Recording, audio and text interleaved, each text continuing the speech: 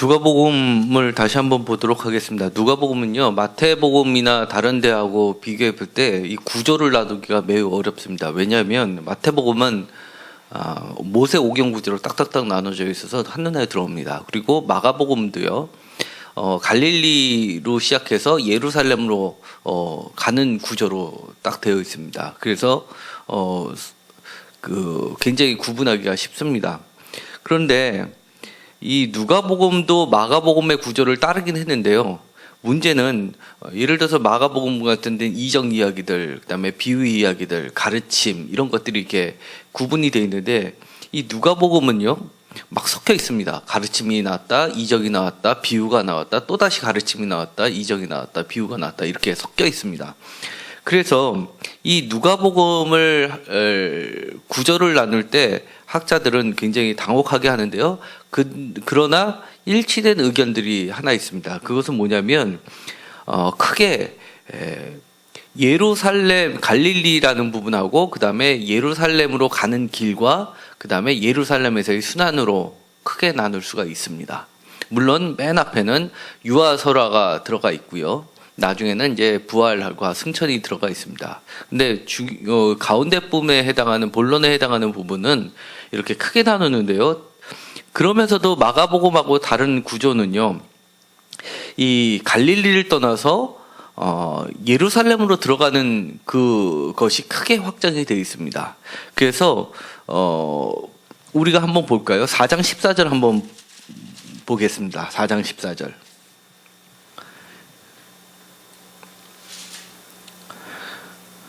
4장 14절에는 그 전에 이제 시험을 받으시고요. 광야에서 시험을 받으시고 다 이기신 후에 드디어 갈릴리로 들어가십니다. 그래서 갈릴리에서 첫 가르침을 시작하십니다. 이것도 가르침으로 시작하십니다. 그래서 갈릴리 사역이 시작하고요. 그 다음에 이것이 어디까지 가냐면 9장 50절까지 갑니다. 9장 50절을 한번 가보시겠습니까?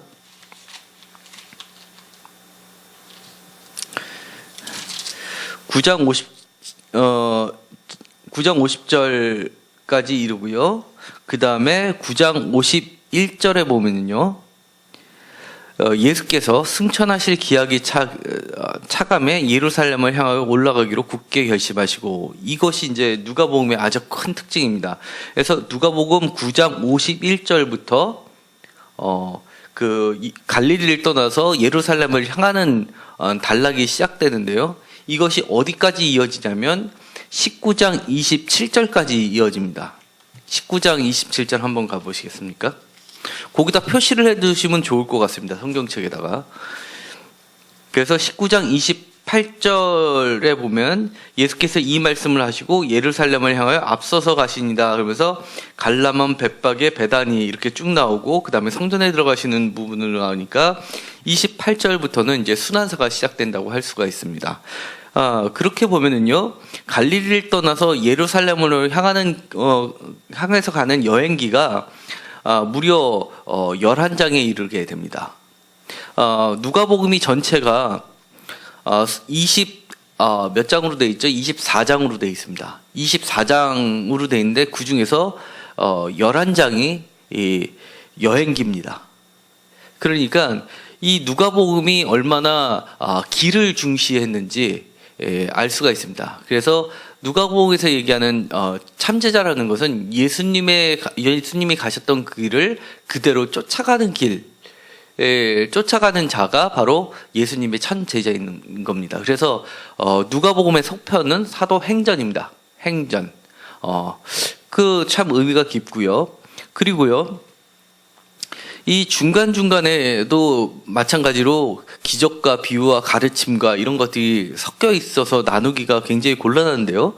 그럼에도 불구하고 두 가지 큰 키워드로서 나누게 됩니다. 하나는 예루살렘이라는 키워드하고요, 또 하나는 길이라는 키워드입니다. 그러니까 예루살렘으로 향하여라는 말이 들어가거나 아니면 길 가던 중에는 같은 의미로 봐야 됩니다. 그래서 그게 어디부터 시작되냐면 9장 51절에 있고요. 그 다음에 9장 57절에 있습니다. 9장 57절에 길 가실 때 이렇게 얘기하시면서 여기서 길 가실 때 무엇을 강조하냐면요, 인자 얘기가 비로소 나옵니다. 그리고 나를 따르라라는 제자도를 가리키십니다. 그리고요, 51절에 시작하실 때도 예루살렘으로 올라가실 때 그 누가복음과 사도행전의 큰 특징이 바로 승천이라고 말씀을 드렸습니다. 하늘 사상입니다. 십자가 사건을 내어줌의 기한이 차서 이렇게 얘기를 하지 않고 승천하실 기약이 차심에, 그래서 이미 이때 누가복음에서는 승천까지 하나님의 왕자의 자리까지 올라가는 것을 염두에 두고 있다는 것이 중요합니다. 그리고요, 또 10장 38절 한번 가보시겠습니까? 10장 38절.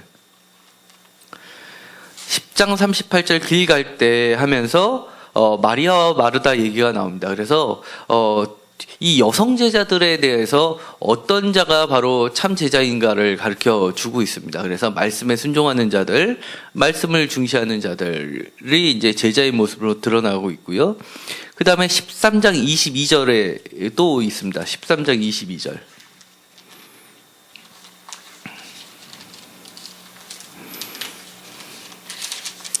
13장 22절에 보면요, 예루살렘을 여행하시더니 해서 각 성과 각 마을을 지나가시면서 예루살렘을 여행하는 게 나옵니다. 그리고요, 그러면서 이제 그 여러 가지 경고의 메시지를, 심판과 경고의 메시지가 나오는데요. 그것이 오늘 읽었었던 예루살렘아 예루살렘아 하면서 한탄하시는 장면이 나오고요.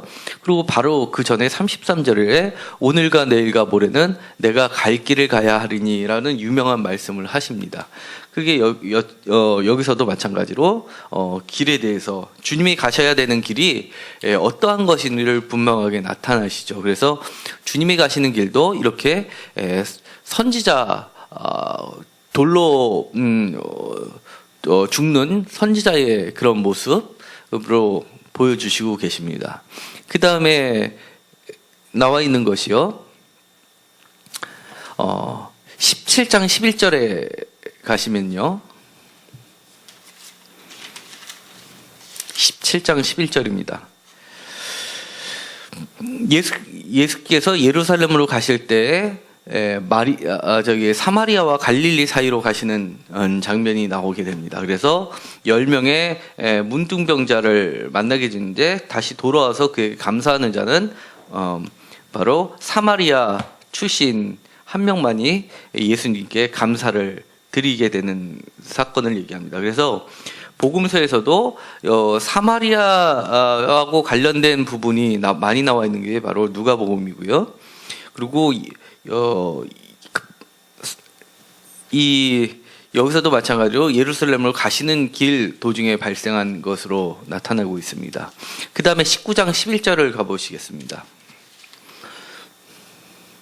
19장 11절에 보면 예루살렘에 가까이 오셨고 하면서 열 문화 비유를 하십니다. 그래서 잃어버린 것을 찾기 위해서 예수님께서 자신이 가시는 길임을 비유를 통해서 말씀하시고요. 이렇게 이제 잃어버린 동전, 그 다음에 또 다른 여러 가지 비유들을 얘기를 하시게 되죠. 그리고 바로 그 사건이 있기 전에 19절에 보시면 여리고라는 것은 예루살렘에서 가장 가까운 큰 도시라고 말씀을 드렸습니다. 그 여리고에서 삭개오라고 하는 세리장을 만나게 돼서 그 사람을 제자로서 이렇게 아브라함의 자손, 그 다음에 잃어버린 자를 구원하시는 예수님의 모습을 보여주고 있습니다. 그 다음에 19장 28절을 가보실까요? 19장 28절 아까 찾았죠? 그래서 예루살렘에 입성하는 장면이 나오고요.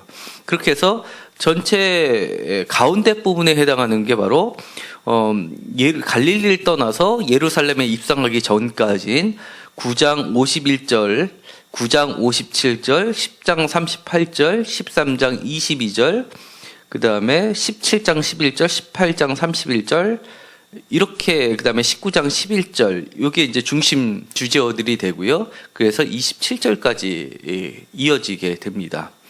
그 중에서 오늘은 그 예루살렘이라는 큰 단어인 9장 51절에서 13장 22절에 해당하는 부분을 우리가 읽었고요. 다음 주부터는 나머지 부분을 19장 27절까지를 다 읽게 될 것입니다. 그래서 누가복음은 이 예루살렘으로 가는 길이 바로 우리 인생에서 주님을 따라가는 길, 그리고 예루살렘은 결국은 천국이 되는 거죠. 우리가 하나님의 나라로 가는 그 과정을, 여정을 보여주는 거라 할 수 있습니다. 그리고 사도행전에서 가면요, 그 예루살렘에서 시작해서 거꾸로 예수님이 갈릴리에서 여러 지방을 거쳐서 예루살렘으로 갔고, 이제 반대로 예루살렘에서 중간에 사마리아를 거쳐서 그다음에 땅 끝까지 이르는 것을 사도행전은 거꾸로 그려지고 있죠. 그러니까 예수님이 가셨던 길 그대로 우리가 그것을 비춰서 우리도 반대로 예수님이 가셨던 길처럼 나아가는 것, 이것을 얘기하고 있고요. 결국은 사도행전에서 땅 끝이라는 것을 어디로 지정을 했냐면 바로 로마로 지정했습니다. 그 의미는 더욱 의미심장하죠. 바로 로마는 모든 세상의 중심지였고요. 악의 세력이라, 요한계시록에는 악의 세력의 중심지라고 하는 데죠. 그것을 바로 땅끝으로 봤고요. 거기를 회개케 해서 잃어버린 자를 돌아오게 하면 전 세계를 구원하고 땅끝까지 이르러 복음이 전파되는 것으로 보았다는 것을 알 수 있습니다. 마태복음은 총 28장입니다. 그리고 마가복음은 16장까지 있죠. 누가복음은 24장까지 있고 요한복음은 21장까지 있습니다. 근데 이렇게 거의 전체 복음서의 3분의 1 정도에 해당하는 부분을 이렇게 누가복음은 강조를 하고 있다는 점을 기억하시면 좋을 듯합니다. 뭐 다른 질문 있나요? 예, 오늘은 여기까지 하도록 하겠습니다. 기도하고 마치기로 하겠습니다. 하나님, 우리가 누가복음을 읽으면서 비록 어려운 부분도 있지만 우리가 예수님을 따라가는 참 제자의 모습을 발견하게 됩니다. 예수님이 활동하셨던 갈릴리 지역을 떠나서 죽음이 움트고 있는 예루살렘을 향하여 주님이 가셨던 것처럼 우리도 땅끝까지 주님의 복음을 전하는 자들이 되게 하시고, 예수님이 가르치셨던 것들을 잘 배워서 그대로 행함으로써 참 제자의 길을 갈 수 있도록 인도하여 주옵소서. 예수님의 이름으로 기도드렸습니다. 아멘.